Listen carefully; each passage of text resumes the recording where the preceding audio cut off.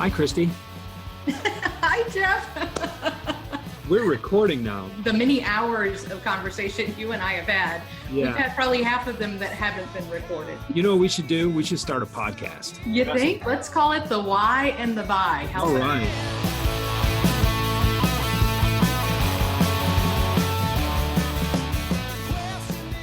All right, Christie, today we're going to talk about whiteboards and saxophones. Are you ready for this? Oh, you know I am. I'm so excited for our guest today.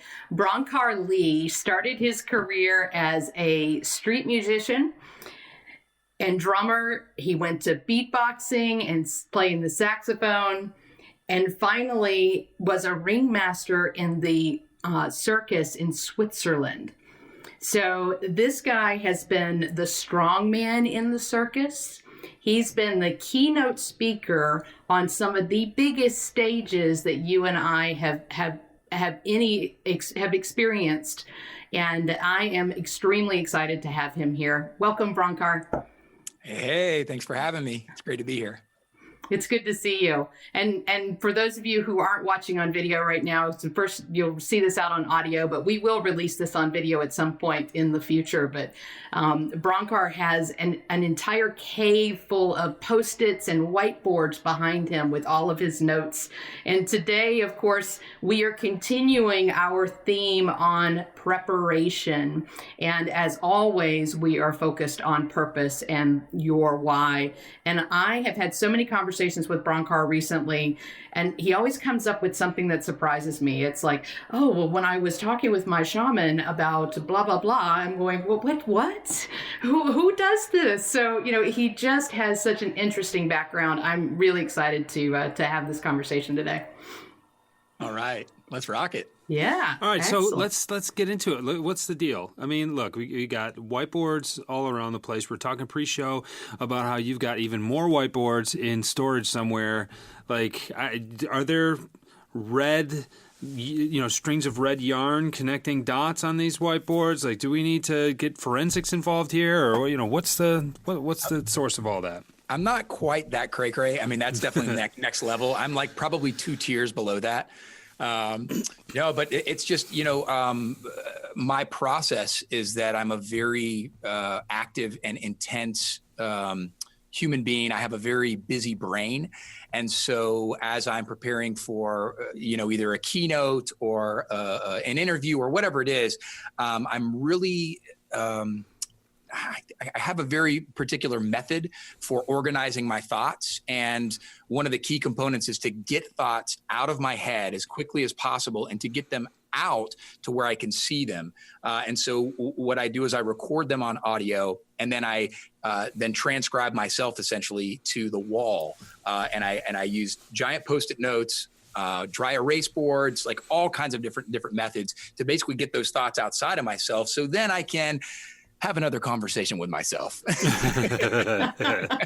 Well, given the way Christie introduced you, you do have a flair for the dramatic, and you do like to perform. So what brings you to do what you do? What is it inside you that connects all those dots? Yeah, great question. I'd say my main driving force is my overview is I speak a lot about learning and development and being lifelong learners and the importance of that, no matter what role we're in, and especially actually for leaders in leadership roles, because I've led a lot of roles in leadership, and the importance of being able to be continuous learners in our lives. And my history was I was actually or am a high school dropout. I dropped out my last year. I actually, funny story, I talked my vice principal into letting me walk with my class and get a fake diploma. True story. 5 years later, I had one test that I didn't take. I went back to high school, took that test, crammed 4 years of information on science into 2 weeks, and then passed the test. And in that moment, I redefined learning for myself because I had a hard time sitting still in class. I was always labeled class clown. Years later, I became a literal clown. No, but and went to clown school too.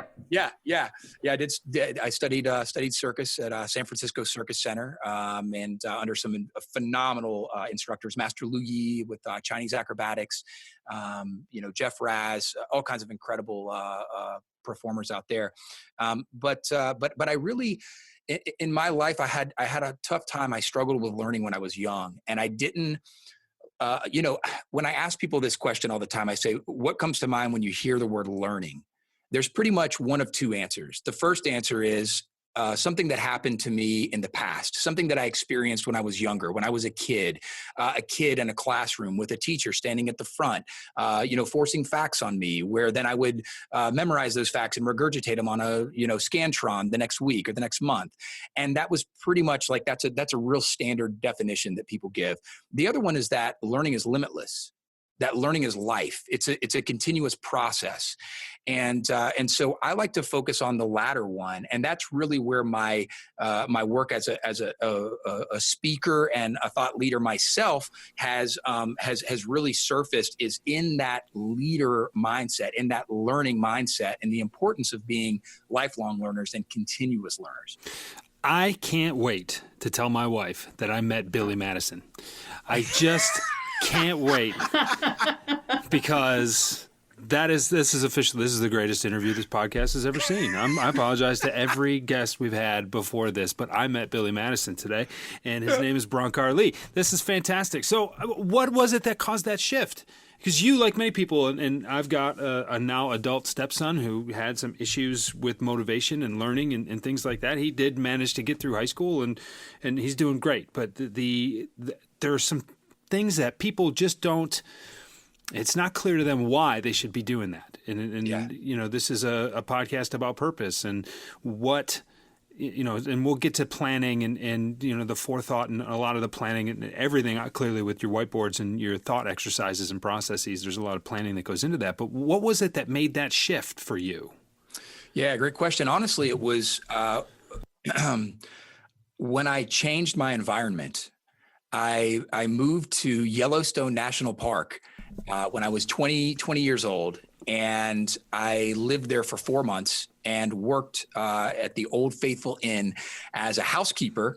And I think I made my first bed there officially. I don't think I ever made my bed before that. But then I was getting paid to make beds.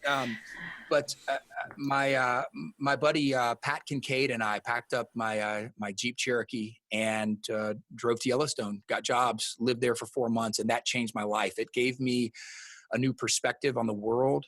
It just broadened the scope for everything. And when I came back from that experience, I just had a deeper understanding for life, and just being around the hot springs and the trees and the wildlife. And it was just this. It was really my first experience as an adult living away from home, and I mean, like, not only out of the house but out of town, out of the state. And that really shifted a lot for me. And when I came back from that, I had changed, and a lot of my intentions changed, and it was very close to that experience that I went back and then got my degree, or finished the high school thing. Well, and I think that I love the idea of changing your environment as a catalyst for changing yourself. Because a lot of times we play roles that other people have placed upon us. And it happens in families a lot. It happens in organizations a lot, where, whatever place you have, if you were the overachiever in the family, you're kind of always the overachiever in the family, regardless of how your adult life might have turned out, right? And the same thing happens in your group of friends. So that ability to break away from the echo chamber of all the things that other people say you are and go and choose is really powerful. Mm-hmm. Mm-hmm. Absolutely. Yeah. So tell me about the circus. Why the circus? So you go from the Old Faithful Inn, you come back to San Francisco. where does it say, where did you say, I want to be in the circus? These That's are dots. like every kid's dream, by the way, right? So, it's a runaway from the circus. You just did it. That's awesome. These are dots that most people don't connect, Bronkar. Yeah. So Yeah. Well, okay. So first of all, let me just clarify geography here. So I'm actually from Athens, Georgia. So my dad was a professor there for over 40 years in biochemistry, which throws another curveball in the mix. So you have a professor father in chemistry who has a son that goes in a completely different direction. Wow. So there's a whole host to unpack there, but it's not this kind of podcast. No, right. Yeah. No, he's one of my biggest fans now. He tracks me all over the world. He's like, oh, I see you. So nice. But anyway, so being raised in Athens, then I moved out to Wyoming, to Yellowstone, then back to Athens, and then made the shift all the way across the country to go to Circus School in San Francisco. And that was an interesting conversation, I might add, with my now wife, girlfriend at the time, with her parents.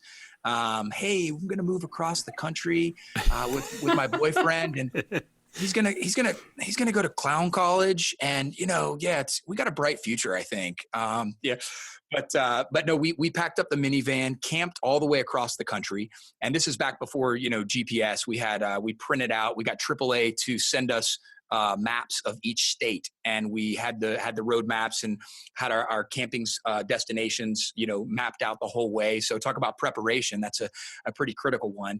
So we camped all the way out there. Moved out there actually, and the way I heard about to answer your question, Christie, the way I heard about this, or I guess what instigated the circus idea was I was a full-time musician in Athens, and I played with somewhere around, 14, 15, 16 bands simultaneously. I was gigging every night, sometimes 2 or 3 times a night. In Athens at all the clubs there, and then I took a theater workshop with this incredible human being named Bill Fortune, and he changed my life. Completely. I was drumming for this show at Canopy Arts, which was they did trapeze and aerial arts in Athens, and Susan Murphy was the founder of that, a good friend of mine. And I was a drummer for the show, and this guy Bill Fortune was in town, and he was a Cirque du Soleil performer for years, and they were in the show. And after the show, he said, "Man, you got to get out from behind the drums, man. I feel like you're an actor." And I was like, "Well, I'd never thought about that before." He said, "I'm doing a theater class tomorrow. I want you to come." So I went to the theater class, and it blew my mind. It blew my mind. Just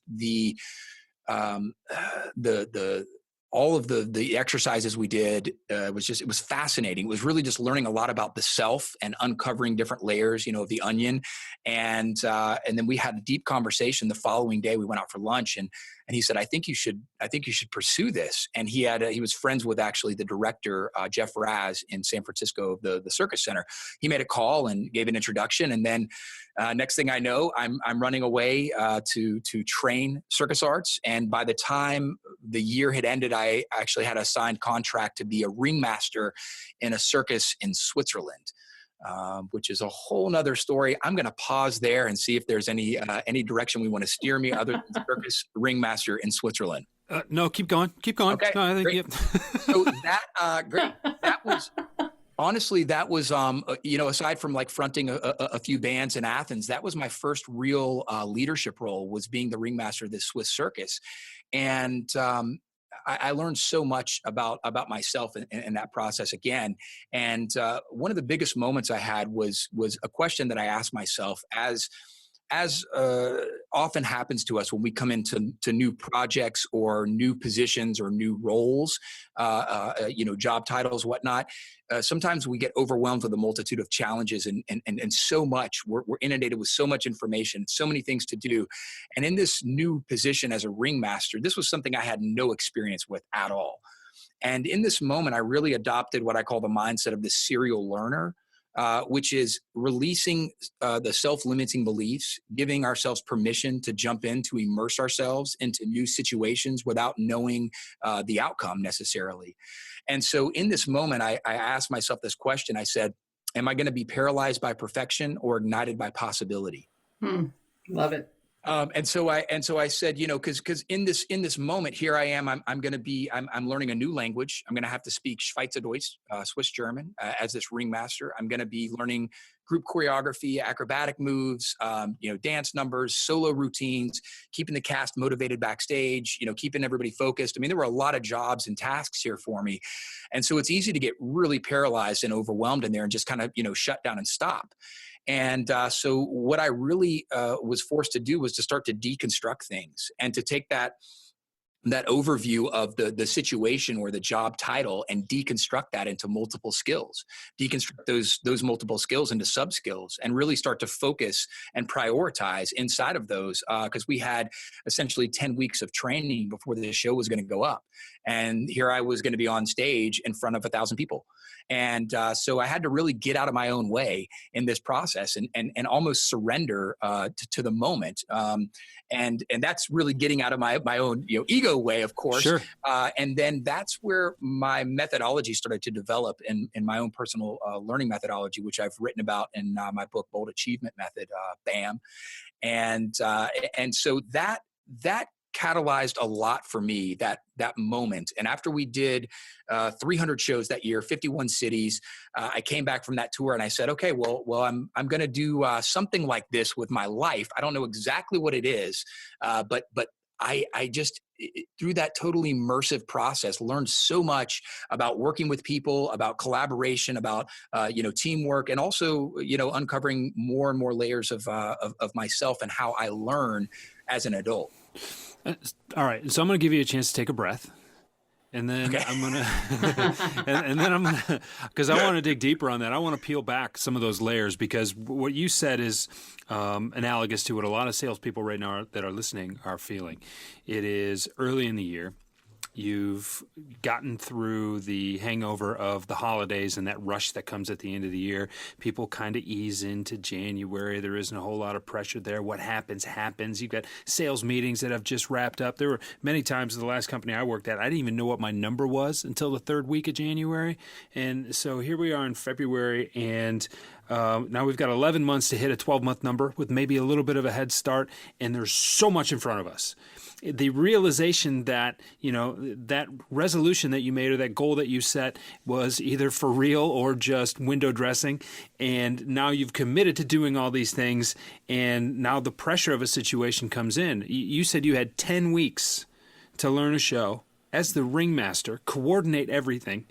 And learn a new language. Yeah, and there are less than 10 weeks now in this first quarter, and stuff is already starting to bear down on people. So how did you deconstruct that? How did you peel those responsibilities apart, segregate them into, instead of one big skill set, this position relies on me to grasp and master half a dozen different skill sets. Where do you start? What do you do from there?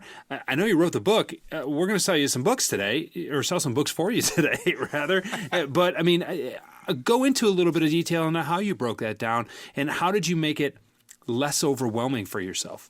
Yeah, that really connects to what I still live with all the whiteboards behind me, is getting it out of my head. So the first step for me is I have to get stuff out. I have to get it out. Now, I'm naturally an extrovert. So on the Myers-Briggs, I'm, definitely very much on the left side of pretty much every answer. So I like to collaborate with people. I like to speak things out loud.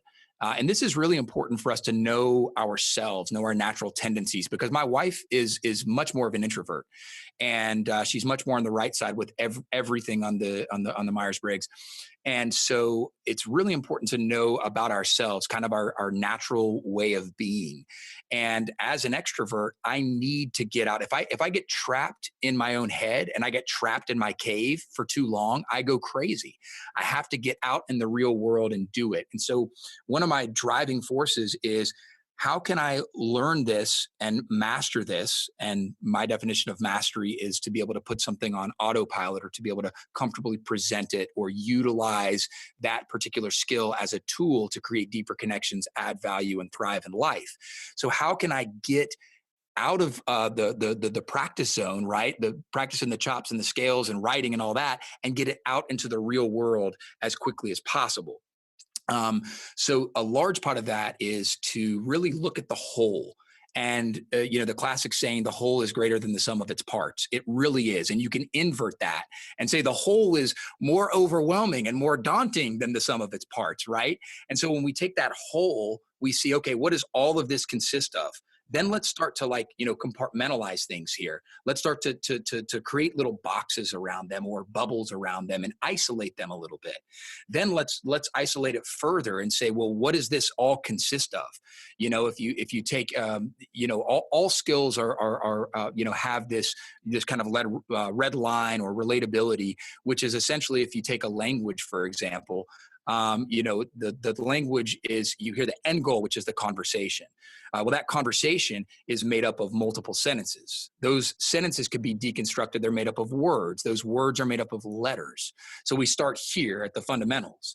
And if we look at it like that with every single skill that we're acquiring, and we get specific and we get the microscope out and we really analyze it, then we can start with simple, achievable goals. And once we start to have success in that, whereas sometimes, I know I'm not the only one that gets really frustrated with myself for not mastering something immediately, right? I want it now. I want it all. And I want it now, or whatever the reference is from Charlie and the Chocolate Factory. But then we get specific and we have these simple little goals. And then there's a science to it. There's a simple mathematical formula that I work with. And I monitor everything by minutes. So I believe that once we deconstruct time and we start to get more specific with it, we shift our perspective on it, it changes our relationship with it. And so instead of looking at things in big chunks of time, like, oh, I'm going to do that when I have 3 hours. I'm going to do that when I have an hour and a half. It's like, we're never going to get it done, because the reality is we're not going to ever just have 3 hours of time thrown at us. Right. If you're like me, I've got 2 boys, I've got a wife, I'm traveling. It's just like, it just doesn't happen. But if we start to really dissect and we really start to get the microscope out, we say, well, I've got minutes. I've got 7 minutes here, 14 minutes there, 29 minutes here, whatever it is. Then we can get accurate with that. And then what I do is I quantify everything through minute monitors. So it's a simple little time log. And especially when we're learning new things, back to the circus, if it's a language or if it's I had a solo featured piece that I did, when we get really specific on that, then we can, we make notes. We essentially write I'm going to try to make this not confusing. We write our future selves a note. So then when our future self, the us of tomorrow, comes back, right, and reads what we accomplished, we can actually see, oh, we are making steps in that direction. They're microscopic maybe, right? It's not macro, but we're making steps in that direction. And so that quantification element is critical in our learning, especially as adults, because we want it really quickly. And it can happen quickly, but we have to remind ourselves of where we are constantly. And then we have to make small incremental steps, incremental improvements, and not just, expect it right now, the entire thing. But it doesn't take the big chunks of time. So basically compartmentalizing things, isolating them, and then, breaking down the whole into the sum, and then really being able to focus on one thing at a time. And really, this is mindfulness. I mean, this is really focusing on one thing at a time. And I do this all the time with my life, as because I'm a coach. I'm the incoming president for National Speakers Association. I'm traveling and doing keynotes. So I'm doing 50 dates a year, and I'm on a plane a couple times, 4 to 6 times a month, 8 times a month, whatever it is, it depends. I'm doing all this stuff, and then I got 2 boys, my wife. So I'm juggling all of these things, and so it's really challenging to be fully present in these moments. And even the skill of parenting is such a skill. And to just put my phone in airplane mode to say, hey, this chunk of time is for work, This chunk of time is for family, et cetera, et cetera. So I could be fully present. And then the quality of time that I spend, with my boys is like, it's full on. And then I can compartmentalize that. And I say, okay, guys, now I'm going to go and fully devote myself to whatever this new skill is, whatever this task list is. But honestly, that's the biggest thing is focusing on one single thing at a time.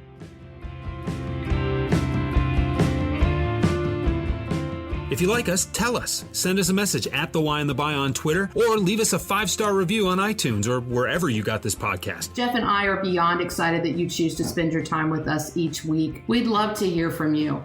And we thank you again for your support and for your connection.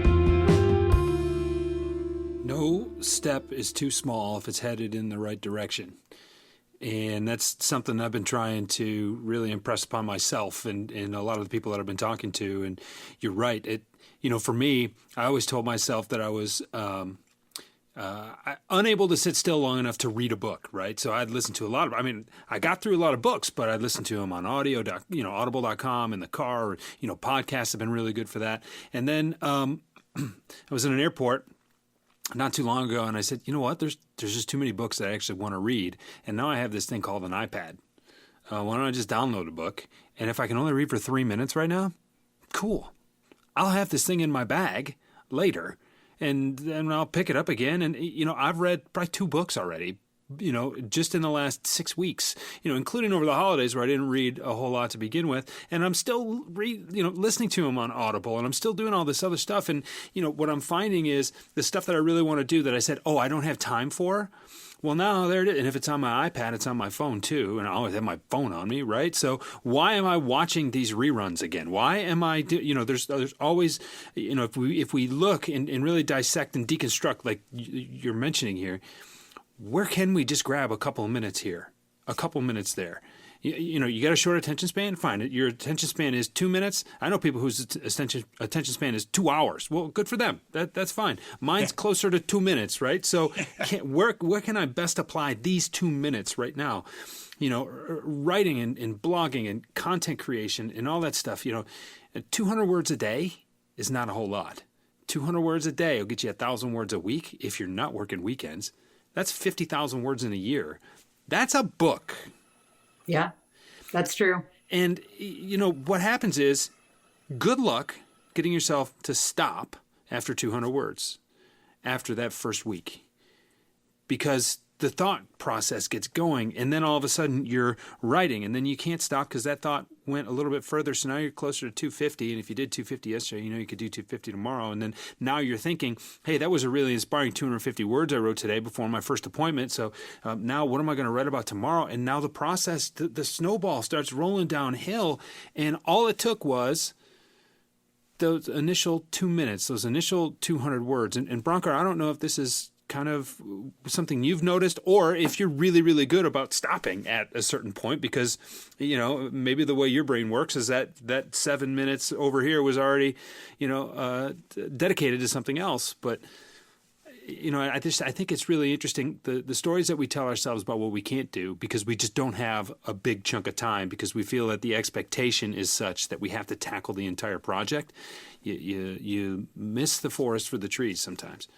Yeah. And that's such a big part, for me, just, in the skill acquisition aspect of things, we're learning something new. People talk a lot about mastery and to have mastery over something.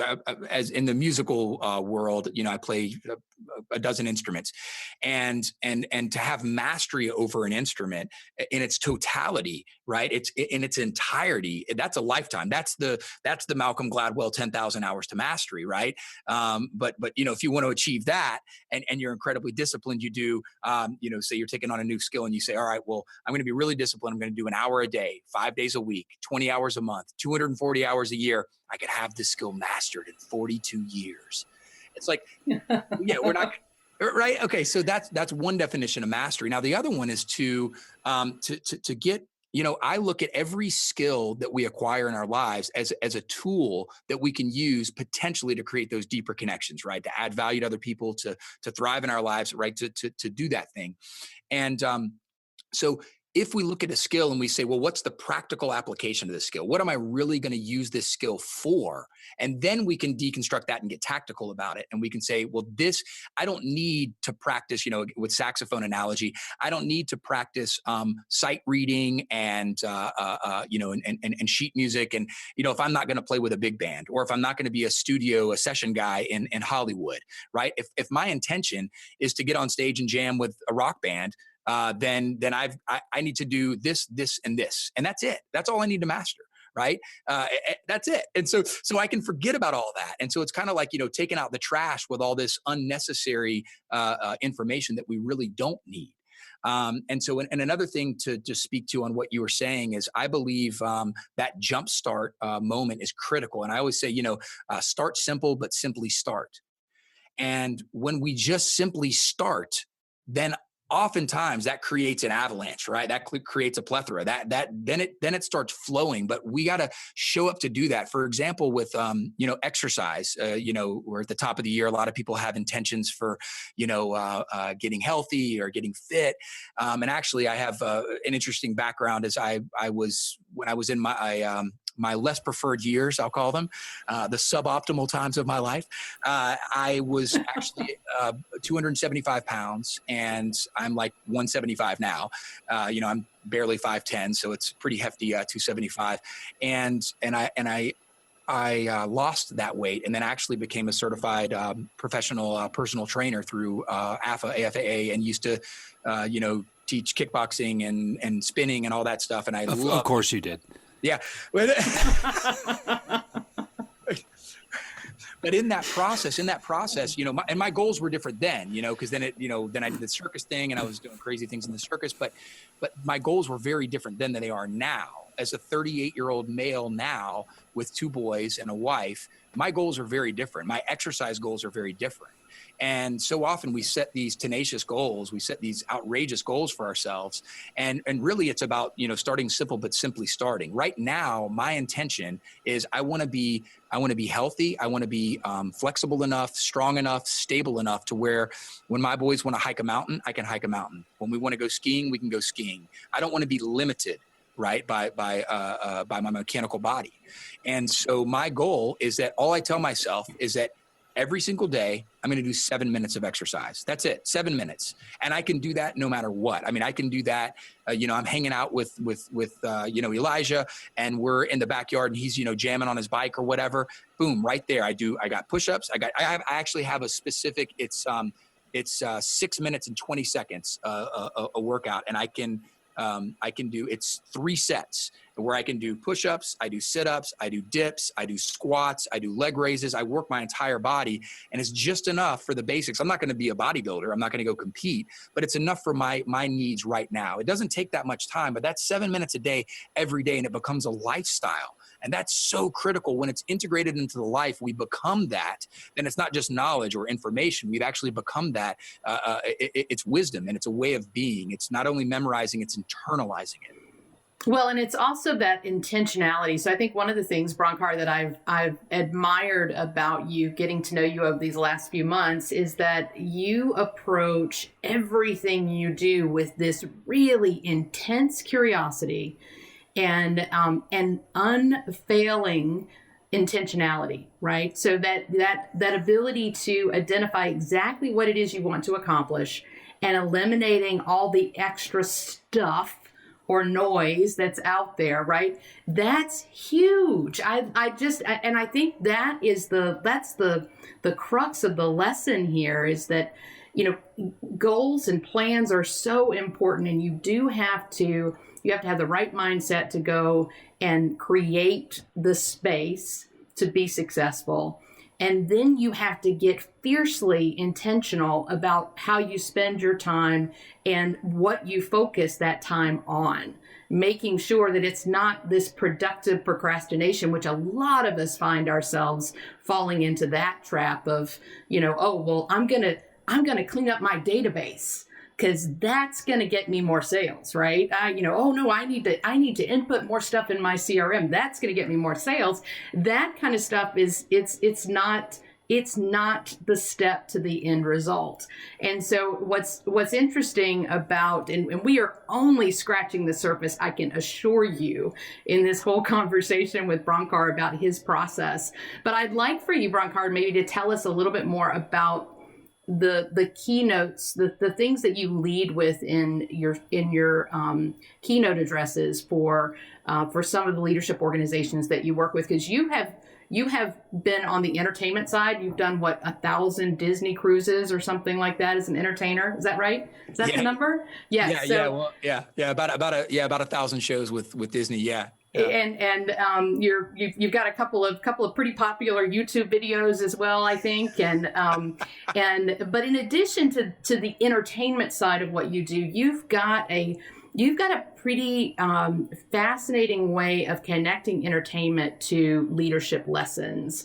And I'd love for you to kind of dissect that a little bit for us. Yeah, fantastic. And I just to kind of reference on what you were just saying, I call it being the childlike scientist.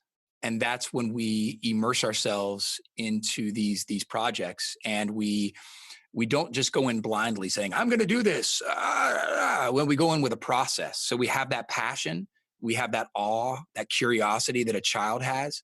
But then we also have the scientist side where we have the spreadsheet, we have the organization, we have the minute monitors that I use. And so we have the passion, but we have a process. And that's the beauty as adults. Once we really incorporate and merge those two ways of being, right, then that really accelerates our learning massively.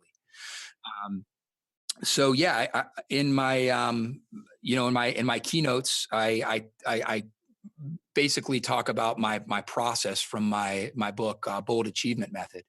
And there's 6 parts to the process. And the first one is to adopt the serial learner's mindset, which we were discussing already, to release self-limiting beliefs and give ourselves permission to jump in and attempt things.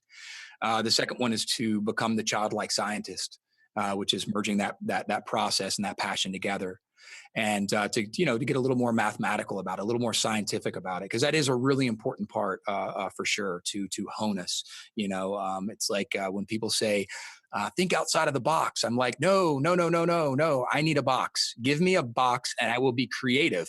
Then I'll paint the walls different colors. I'll bounce things off of them. I'll hang things from them. We can get anti-gravity boots, whatever it is, but like we need a box, we need a container. And that's really, really truthful. And we need a certain amount of that linearness to achieve goals. And that's a critical part. And then the third one is to set up our space.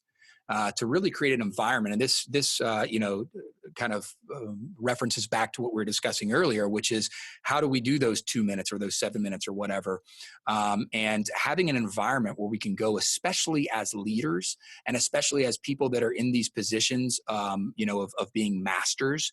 It's really hard to give ourselves permission to get in that mindset, that beginner's mindset, that serial learner's mindset, to go there when there's an expectation for us to be, better than everybody at everything all the time. It's just like, that's not life.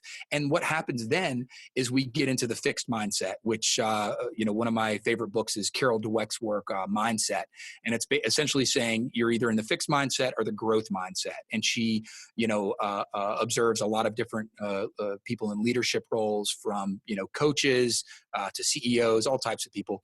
And essentially you're either in the growth or the fixed mindset. And so what happens is, a lot of times I've witnessed in people I've coached and people I've learned from as well and been coached by, that in those leadership roles, so many times people get into that fixed mindset, right? They feel paralyzed by perfection because they can't try new things, because then, well, what happens if somebody sees me make a mistake?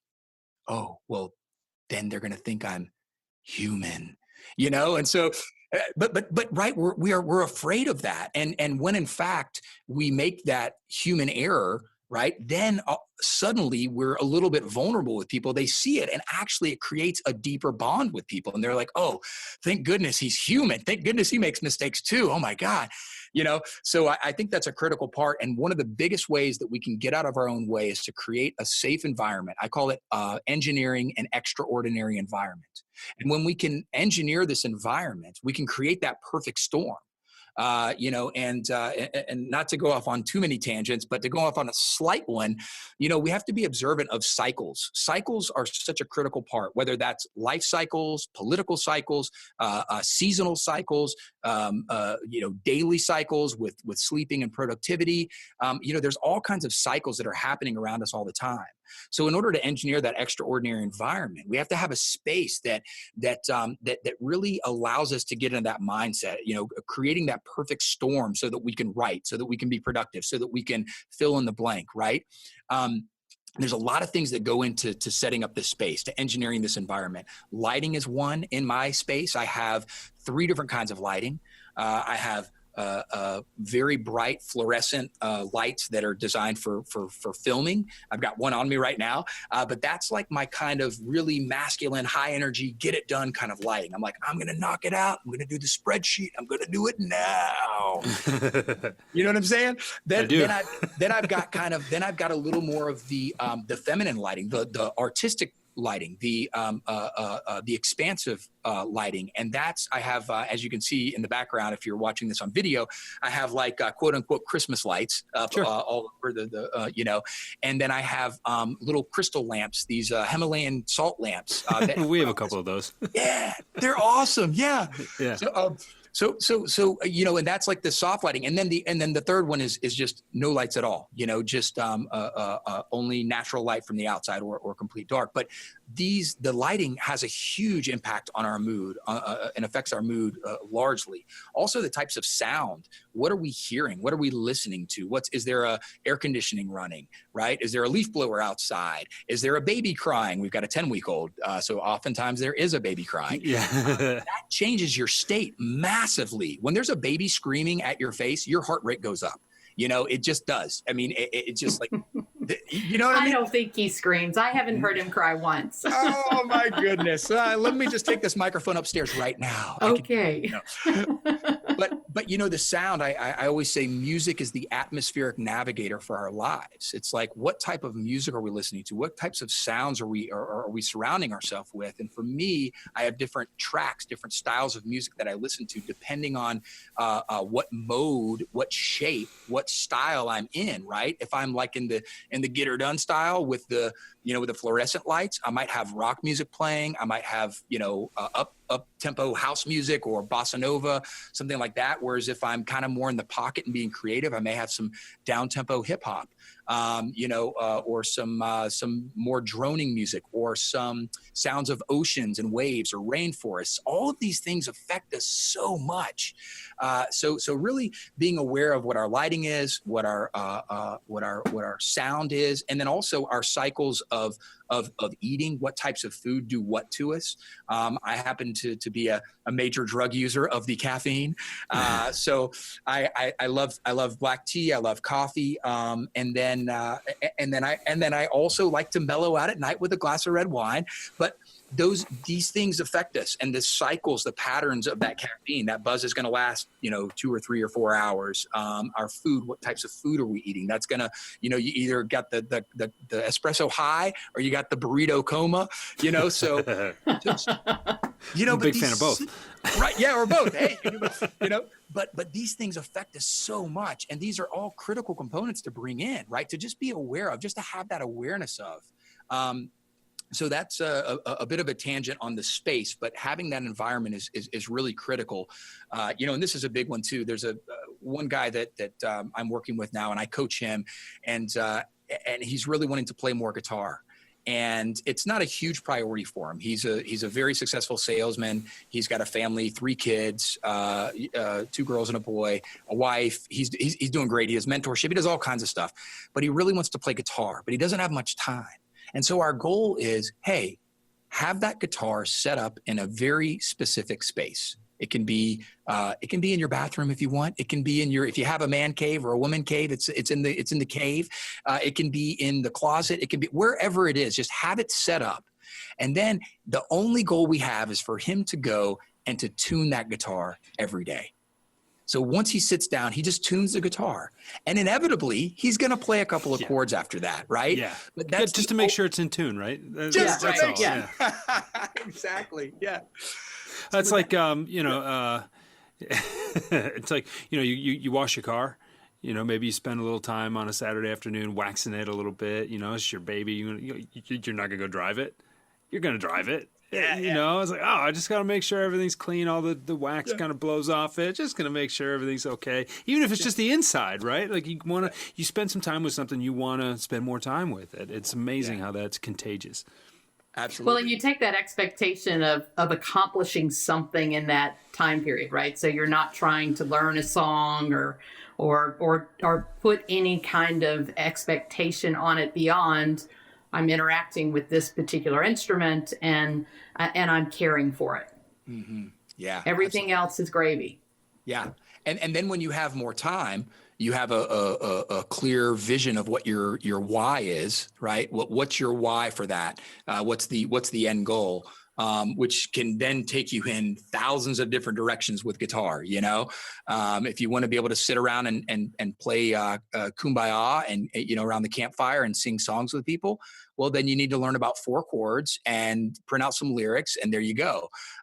Whereas if you want to be a Van Halen shredder, Steve Vai, that's a different route, and then you're practicing your scales. But being clear on that, then once you have your guitar in tune and you do that, then all of a sudden maybe an hour pocket does open up in 6 months or whatever. Then you know what your why is at the end goal, and then you can anchor a specific course. Set a specific course for that and have specific tasks to do in that direction. And that's with any project. So then back to the methodology. The 4th part is to round up our crew, and it's obviously we all know that the people we surround ourselves with are the people that we become. Really, that's why we're speaking English right now. That's the language we were raised speaking, and different parts of the world they communicate in different languages, and so that's critical, and especially with the people that we're working with on the professional level. The people that for me, I'm bouncing ideas off of. Who are my coaches? Who are my mentors? I've always had, for the last 15 years, I've had fantastic mentors, fantastic coaches. That has changed my life immensely. Just everything for me. Through the ups, through the downs, just really thinking about who those people are, that are not only allowing you, but encouraging you to summon your strongest self, to be the best version of you, to show up and rock it, to be that to be that person that you really want to be. Who are those people that you're surrounding yourself with to inspire that and bring that out of you? And so that's a critical part in any way, shape, or form. That's a team, that's collaboration, that's delegation of tasks, that's obviously the mentorship thing, but across the board, that's really critical to think about it, and also to think about. Are there people that, maybe you're surrounding yourself with that are energy suckers, that zap your energy, and maybe it's time to distance a little bit from those people, because they just are constantly draining you, and then the 5th part is to make your minutes matter. And that really is a lot of the scientific aspects of learning. And again, this is me redefining learning, coming from that, that kid that just had a hard time sitting in the classroom, and I never wanted to read about things and look at the pictures, which I did. There's a power in books for sure. Massive. I read tons of books and listen to tons of books now with podcast or audiobook or whatnot. I listen to a lot of information and get the audio version of content. And I do read a good bit as well. But I didn't want to read about stuff only. I didn't want to be limited to that. I wanted to go and experience it. So reading about a place was one thing, right? And seeing photos of it and text on the screen or text on a paper. But when you go and you insert yourself into that place, that just, when you're breathing that air and you're eating that food and you're meeting those people, that's a completely different experience. You know, that's life and that's living. And so for me, my passion is to always get out of my cave as quickly as possible, right? To have a nice, a conducive cave to get my work done, but then to take that work and then get it out into the world, whether that's on the phone with somebody, meeting in person, getting on stage and presenting, whatever that is, that's always my goal. So this process, Make Your Minutes Matter, was designed to expedite that process of acquiring skills quickly and effectively. And so this is really the quantification where we just, you know, keep minutes, and we don't wait for those big chunks. We make the little minutes matter. And so this part is also good, again, to the psychology of learning, especially as adults, because they're constant reminders when we're notating, even simple journaling on a spreadsheet. I have these things called minute monitors that I use. And so when you just write in simply on there, the date, the task, the time, and that's it. That's all you write. And it gives you a reference point. So every time you come back, you're not like scurrying around and trying to find where your last, you know, paper was or whatever. You've got this very simple chart, and it's like right there. And it's like, oh, I was doing this, boom, back into it. I got it right there. And so it just streamlines your thought process and gives you that ability to go into deliberate practice or focused practice. And then the sixth and final part of the process is show up and rock it. And this is essentially when we show up and rock it, it's essentially when we're summoning our strongest selves, we're being there, we're inserting ourselves into the thing. And this is, you know, for me, largely it's either working one-on-one and coaching somebody, or it's getting up on stage and giving that presentation, or it might be making that sales call, whatever it is. It's like we're showing up then, and we've got, again, the whole is greater than the sum of its parts. At this point, as human beings, we're showing up with all of the tools that we've acquired that are now potential skills that we can use in this moment to connect deeper with these people, right? To add value in their lives, to navigate that conversation, to whatever it is. But the more tools we have at our disposal, the more ways we can go. When they say this, even in conversation with psychology, when they say this, oh, I've got 3 ways that I could handle this. I've heard something like this before, and I notated about it, you know, and this is largely in the reflection process, which is a critical part in the minutes as well, is being able to, when we make mistakes, right? These failures that are essential in any type of growth. We're not growing if we're not making mistakes. To analyze those mistakes, not to dwell on them, right? And to sulk in them, but to analyze those mistakes, get out of our way, right? Create a sense of metacognition, or being able to see ourselves from the outside and say, that was the past version of me. And the past version of me did this. That was the mistake. Now, how could I learn from that as quickly and effectively as possible so that the future version of me cannot make that mistake again? Can learn from that mistake, as painful as it was, right? Maybe I lost the client, maybe I lost the booking, whatever it was, but how can I learn from that? How can I get over myself and learn from that? So next time that same conversation goes in that direction, I've got 2 or 3 or 4 tools that I can use to steer that back. So that's a critical part of it. And that's really the methodology in a quick overview.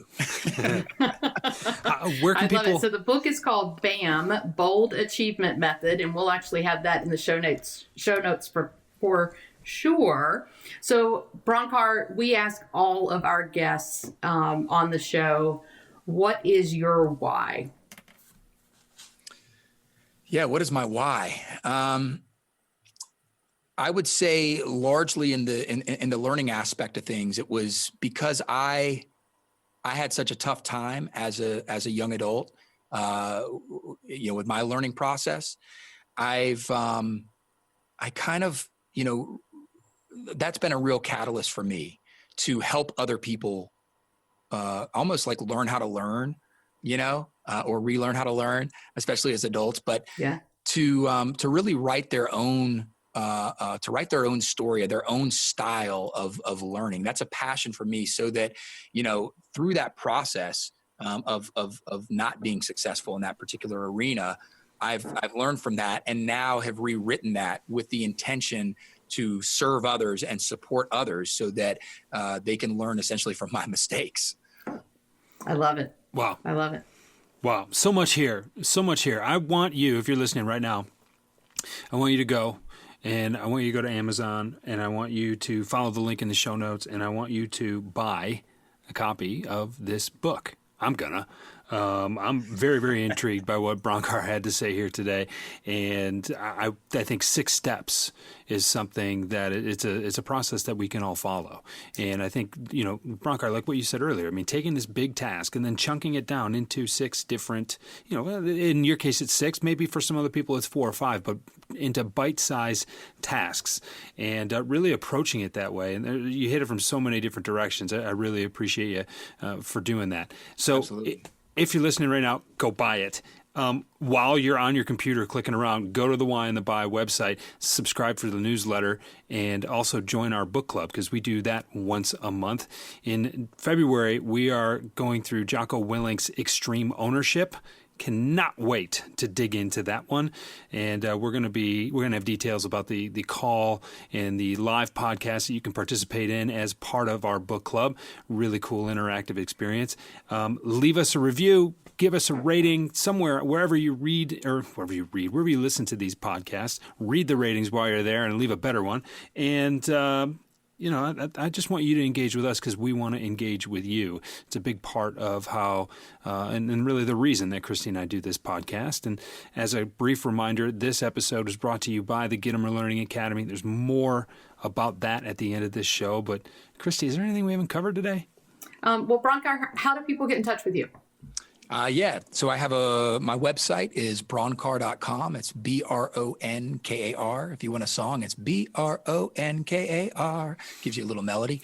But bronkar.com. And you can actually get the book directly through the site or on Amazon, as Jeff mentioned. And then we've got all kinds of stuff on there, you know, just about, you know, keynoting and coaching and all kinds of fun things. And we've got some email courses that people can subscribe to for free. And just to, you know, I love getting to know people. So if anybody is listening and has a question, comment, or a concern, you know, please, you know, reach out and ping us. I love getting to know people and learning myself. If there's something that, some information you want to share with me too. I am definitely authentically a lifelong learner myself. Yeah, there's no question about that. Well, definitely, Jeff, it sounds like Bronkar understands his why. No question about that. And when you know your why, your hows and your whats get a whole lot better. We'll talk to you again soon. Thanks for being here. All right. Thanks, everybody. I told you once, I've told you twice. I told myself it doesn't matter. 99% of your success is rooted in your understanding and subsequent mastery of the fundamentals. I don't care what it is that you're doing. I was introduced to the fundamental principles of sales when I read Jeffrey Gittimer's Little Red Book of Selling back in 2005. I actually bought it and gave it away 4 or 5 times before I finished it myself. Now Christie and I want to give you something. All of those lessons and so many more are now interactive and available online 24 hours a day, 7 days a week, 365 days a year on the Gittimer Learning Academy. It has never been easier or more accessible to invest 10 minutes a day in your sales success. Go to GittimerLearningAcademy.com to check it out and send us an email to gla@thewhyandthebuy.com and we'll get you set up with a free 2-week trial. Christie and I were looking for a house band for the podcast, and we were told the Roots were busy. So we found the next best thing. They're called Haskins, and they are gigging regularly in southeastern Michigan and all the time at haskinsmusic.com. Go check them out. You're listening to the Podcast Detroit Network. Visit www.podcastdetroit.com for more information.